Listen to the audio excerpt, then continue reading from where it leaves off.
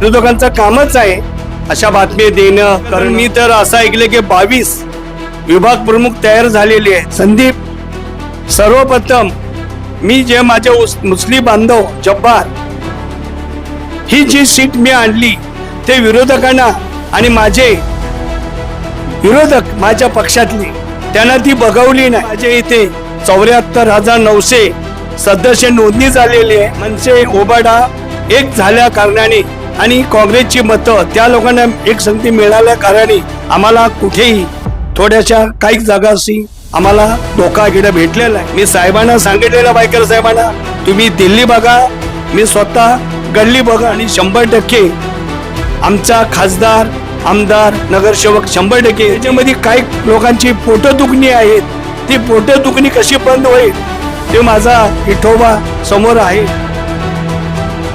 सावंतजी, एक अशी माहिती सोशल मीडियावर फिरते आहे की विद्यमान जोगेश्वरी प्रमुख म्हणून आपण आहात, विभाग प्रमुख म्हणून आपण सध्या आहात विद्यमान, पण अशा काही बातम्या फिरतात, अशी काही माहिती आता समोर आली आहे की त्यामध्ये बंड्या शिंदे जे सध्या विद्यमान शाखा प्रमुख आहेत त्यांचं नाव पुढे येत आहे.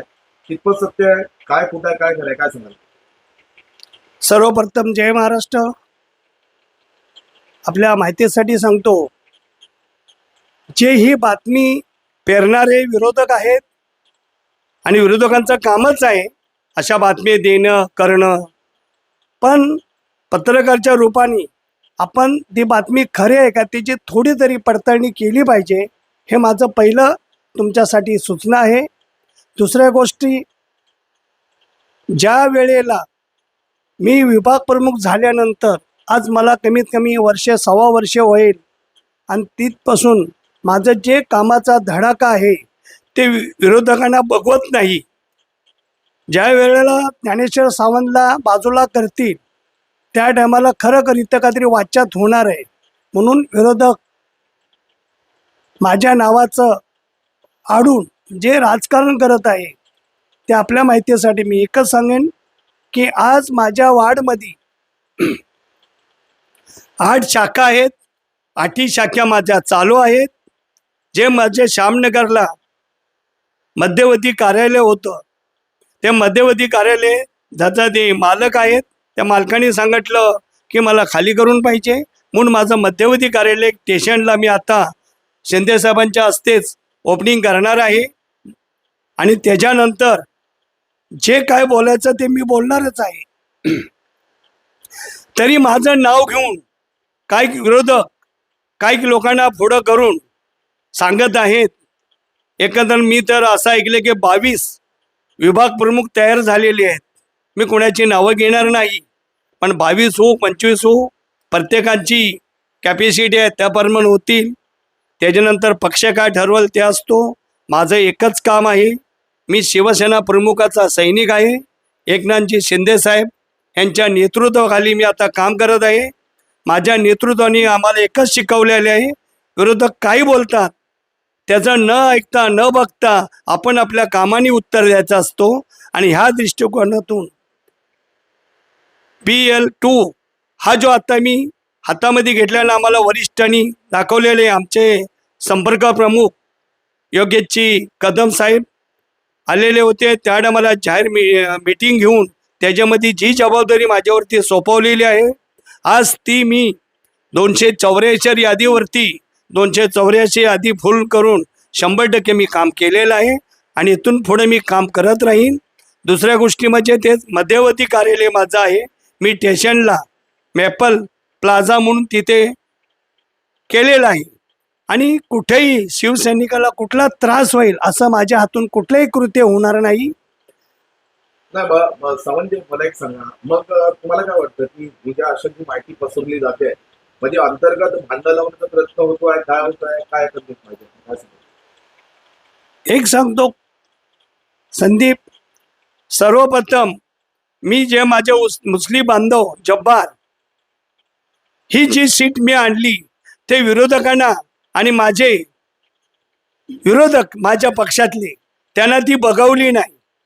कारण ती मी लास्टला 2 ते 3 दिवसापासून माझे शिवसैनिक रात्रंदिवस काम करून ती सीट निवडून आणली आणि त्याच्यानंतर हा माझ्या विरोधात इथे कट कारस्थानं करायला चालू झालेली आहेत, सुरू केलेली आहेत. माझी मिसेस हॉस्पिटलला असल्या कारणाने मी 40 दिवस हॉस्पिटलला होतो आणि 40 दिवसामध्ये इथे संपूर्ण चक्र फिरलं.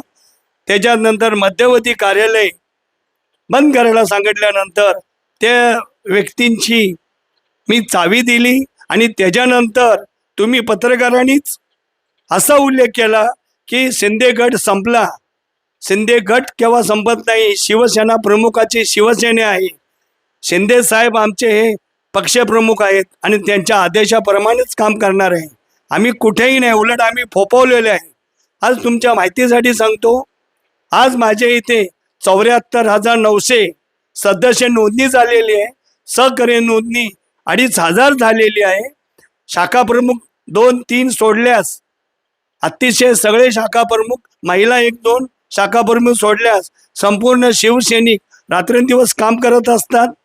रात्रीच्या किती वाजल्यात ते बघत नाही. माझ्यावरती जबाबदारी दिल्यानंतर माझा बिझनेस मी बाजूला ठेवून मी स्वतः विभाग प्रमुखाच्या नात्याने काम करत होतो.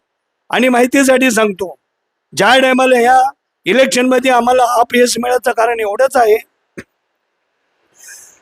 कारण मनसे उबाडा एक झाल्या कारणाने आणि काँग्रेसची मतं त्या लोकांना एक संगती मिळाल्या कारणाने आम्हाला कुठेही थोड्याशा काही जागाशी आम्हाला धोका गिडं भेटलेला आहे.